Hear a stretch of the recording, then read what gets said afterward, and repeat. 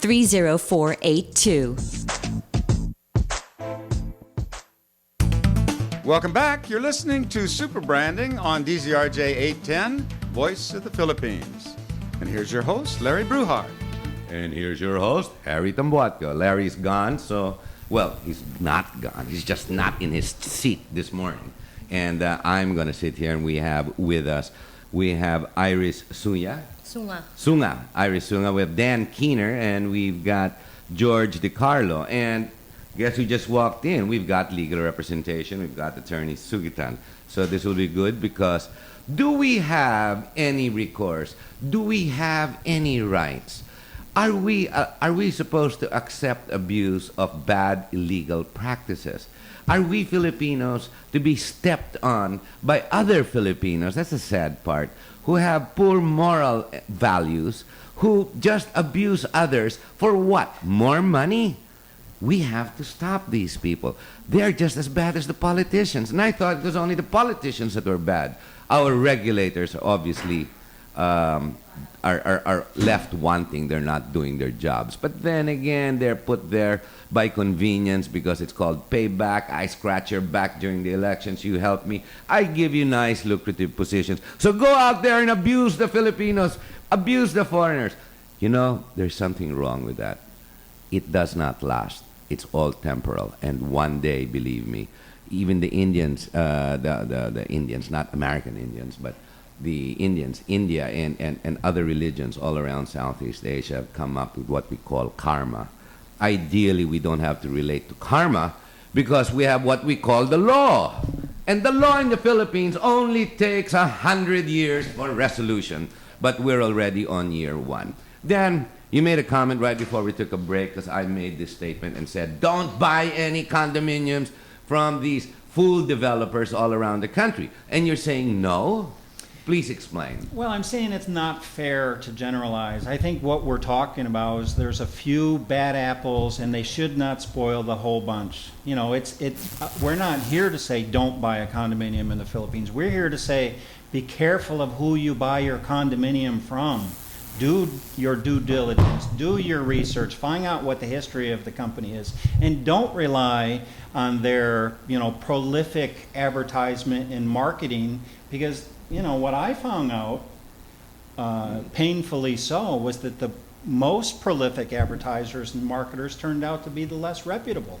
Oh my God. That's There's no branding. Contrary Yes. to what we think of in branding, that Correct. that the most recognized brands are necessarily the best products. That isn't necessarily true, and that's part of what we're trying to demonstrate today by talking about Century Property is not being necessarily reputable. It's such a big developer. name, you would think that they would have the integrity. Well, it is sad that Century Properties are they're out to fool their buyers and abuse them. Well, it's not only Century, Harry, but you have to realize that there's been some major brand names that have jumped on board with Century Property. Donald Trump, Paris Right. Hilton, for Yes, example, Paris are Hilton. hugely recognized names in foreign countries throughout the And they're world. being used, they're being duped. Well, I'm sitting here, kind of bewildered why people who proclaim such They're being high... endorsed, you mean, by the bigger names, Right. supposedly. Yeah, and particularly a guy like Donald Trump who's so profusely outspoken about other people's lack of integrity and Right. and suggesting that other people are hiding things or aren't necessarily telling the truth. Why would he jump on board with a company like Century Properties, who even before he became affiliated with them had a great number of cases of wrongdoing? Oh, my God. And their reputation wasn't certainly what was being advertised in the public arena. What is our recourse in a situation like this? Let's Joey, what have you done? You've gone to a lawyer, Joey, right? This is George. Yeah. Well, in our building, and besides doing the research which Dan put, and people buying real estate or condos in the Philippines, Right. I don't mean to advertise a book, but Guide to Home Ownership by Armando Ang, or other books that are out there, or articles as he wrote. Look at them, take notes. Talk to your family and friends before you buy to make sure you've covered all the angles on the advertisements. When there is an advertisement, have the developer, have officers in that company sign that advertisement to make sure that that's what you're going to get. we're at the beginning stages. And of course, eventually it could lead to hiring lawyers and going to court. But before that, for instance, our building and some of the other projects in the Philippines use skyscrapercity.com. Right. And there's a forum for our building, Soho Central. If you put Soho Central DiCarlo, my Right. last name, those 3 words into Google, the first hit will usually be the Skyscraper City site. And that's where, for instance, for our building, you can see everything I have written and other people in our building have written about all the problems in the Yes. building. And so that's the first step, to educate the people in the building, to get the master deed, which Armando Ong said the developers don't want the unit buyers to have, to get a copy of the bylaws, to get a copy of all these documents that most of the people, unit owners, have never seen. We got copies. We had to write a letter, a written request to Century Properties Management in our building to get these documents. When I got the documents, getting the minutes, we still haven't gotten all the minutes. I get them, I scan them, I put them in a PDF file and an image file. I put them at the forum at Skyscraper City. And what was said, I heard, a rumor came back to me that the 4th floor management, one person there said, "Why is George putting these up online? They're confidential." Confidential? Minutes are confidential? No, they're public documents, supposedly. To you anyway. Master deed is confidential? Bylaws are confidential? No, that's why I get them, because I want everybody in the building to have access. I don't want all 886 unit owners to have to write a letter to get documents they should be able to look at immediately. Attorney, these people are in a predicament. They're being abused. It's obvious the developer, the power, the dictatorial powers extend into abuse now because they're supposed to have turned over, once fully paid, the document of ownership. And as far as association, you have to leave that unless the developer maintains a majority of the units under its ownership. They can dictate as the majority and be the association. In this case, they are neither. And obviously the abuse it's not particular to one building, but multiple buildings, such like in this quorum or forum that we're having this radio show this morning. Need they spend more? Need they smart away from lawyers' fees? Or need they invest now just to protect their rights? Is what recourse? Okay, thank you for that question, Harry. Well, right now we have 3 sets of homeowners all complaining about well, first of all, what George pointed out, that there is a lack of transparency on the part of the developer / association. They represent the homeowners. They are the association corporation, right? And they should have turned that over when the homeowners wanted to associate. So why is there no transparency?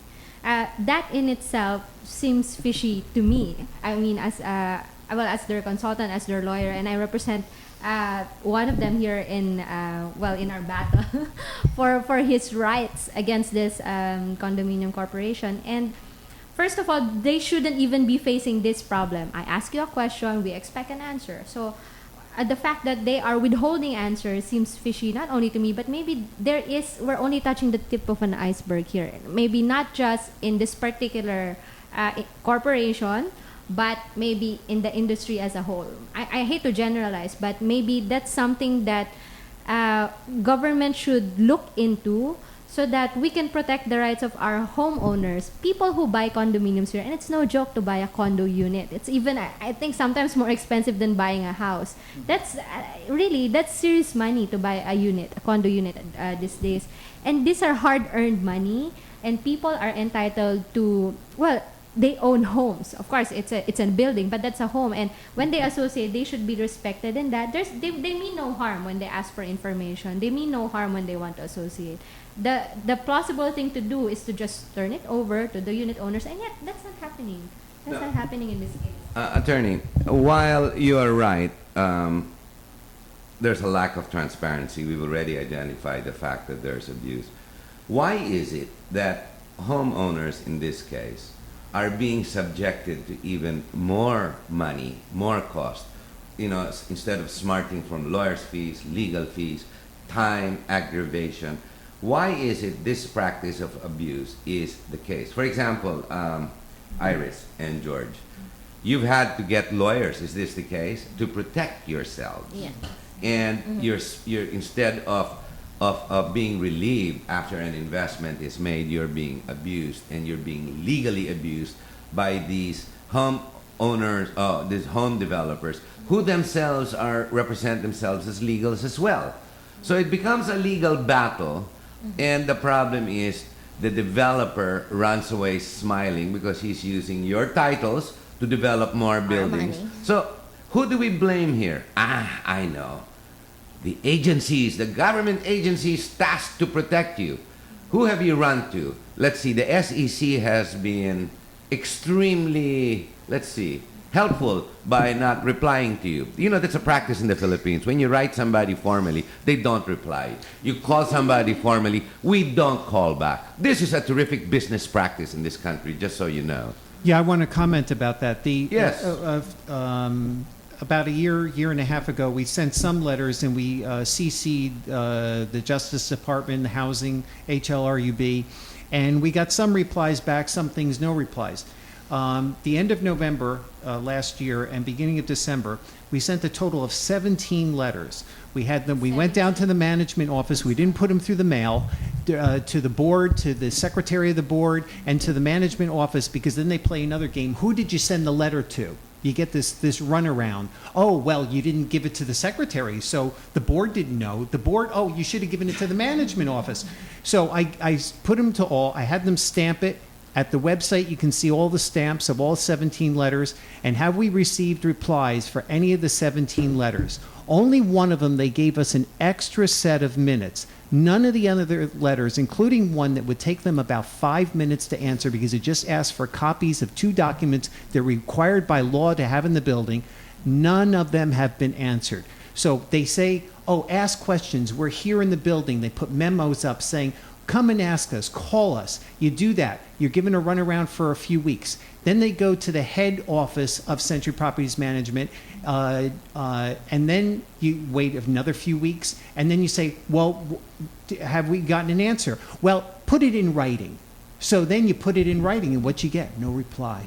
George, attorney, Dan, Iris, what recourse do you have with a giant like Century Properties?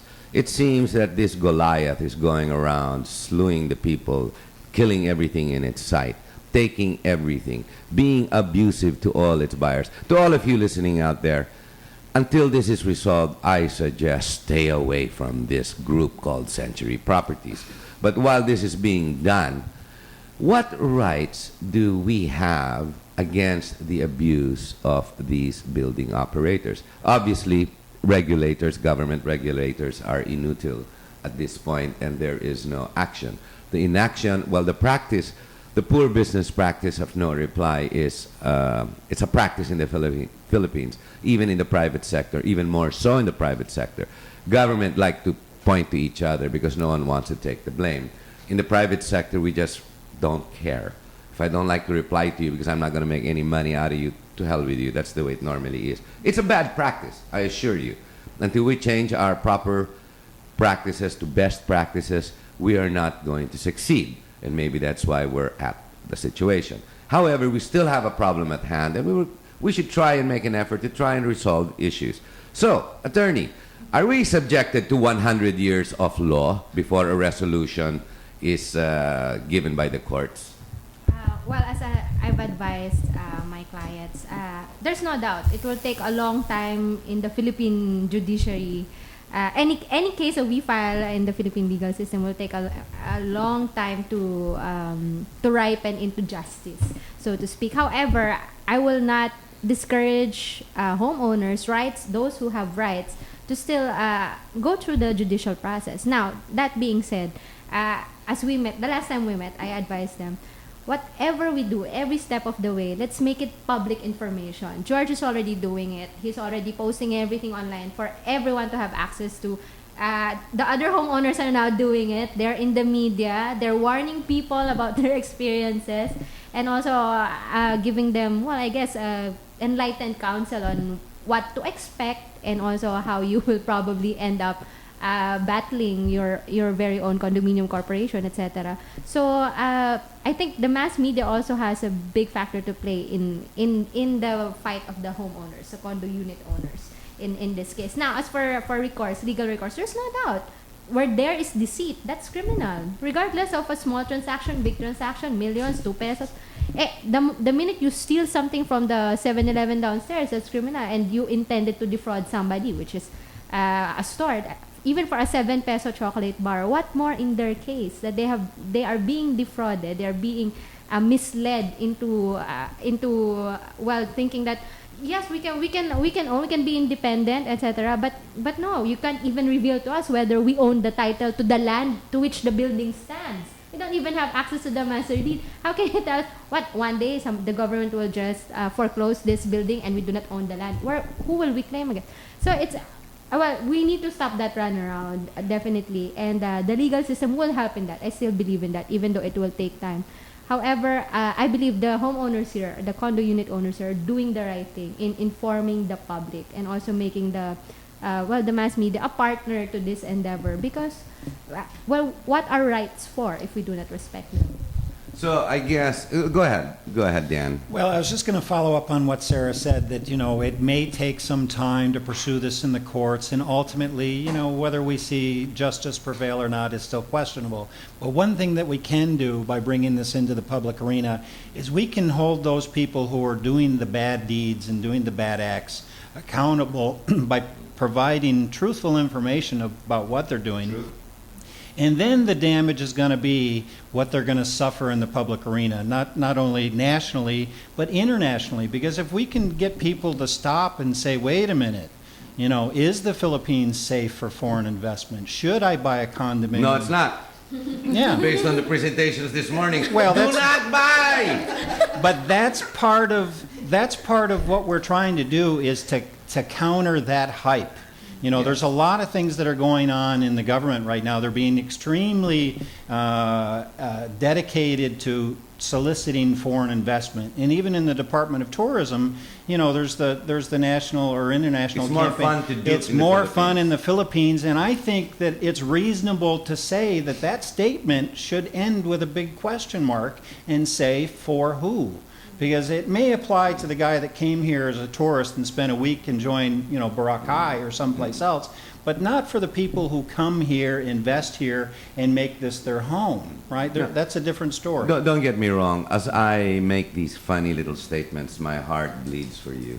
And this shame campaign has to go all out. And it's got to go, if not necessarily for your case, at least for the many others that will be duped and will be fooled.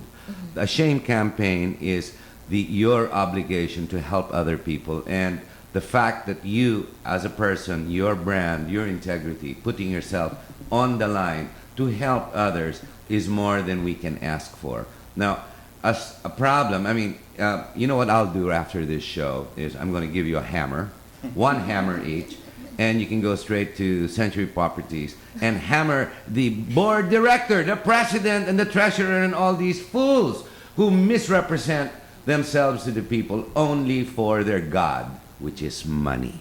The problem with money is it corrupts. And the problem with more money and absolute money, it corrupts absolutely. Now, this will keep going. This problem, ladies and gentlemen, for all the listeners, while this has been a complaint show, this is not a civil show. This is all about branding and super branding. But reality dictates that we have to open our minds to understand truth to advertising. There's a lot of non-truths being peddled. In this case, it's not necessarily the non-truths of the brand called Century Properties. It is the practice of fooling their investors once they have made the sale. And there's something very wrong here. This has to be stopped. And I promise you, you can mail us your hammers here in Ventures Building. Send in all the hammers, the bigger the better, because the heads of these people are so tough. Their morality, their hearts are made of brick and the hardest material in this world, because they have no values, they have nothing.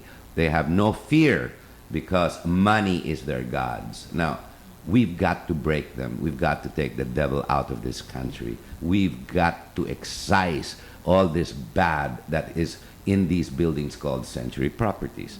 Now, I think I've done my job. I've really torn this company apart, haven't I? You know, Yeah, go ahead, George. And one important thing is the unit owners who have spent millions of pesos. Yes. Each of the unit owners out there in all the buildings have to think about the money they spent and think about this important equation. Developer-controlled boards, the value goes down. Unit owner-controlled boards, the value of your units that you spent millions of pesos for goes up. And they have to sit down and think about that and become more active, become activists in their buildings, get the information, talk to other unit owners no matter what. And you talked about trying to find the boards. In our buildings, they have secret and private board meetings. You don't know when the meeting takes Jesus place. Christ. So you have to search for them, and you have to have people. Clandestine, huh? Right. That's there. You know what? We've got 3 or 4 minutes left. So quick 30-second, 45-second exit message. Let's start with you, Iris. Okay, well, I just wanted to quote what Edward Burke has said, that all that it takes for evil to triumph is for good men to do nothing. Amen. So I think a hammer is actually a big tool to use. A small stone would do, because we might have to remember Goliath was only, all it takes for Goliath to fall down is a small stone and a small boy who has this determination to fight for what he believes in. God, you sound like those independent politicians trying to get a seat.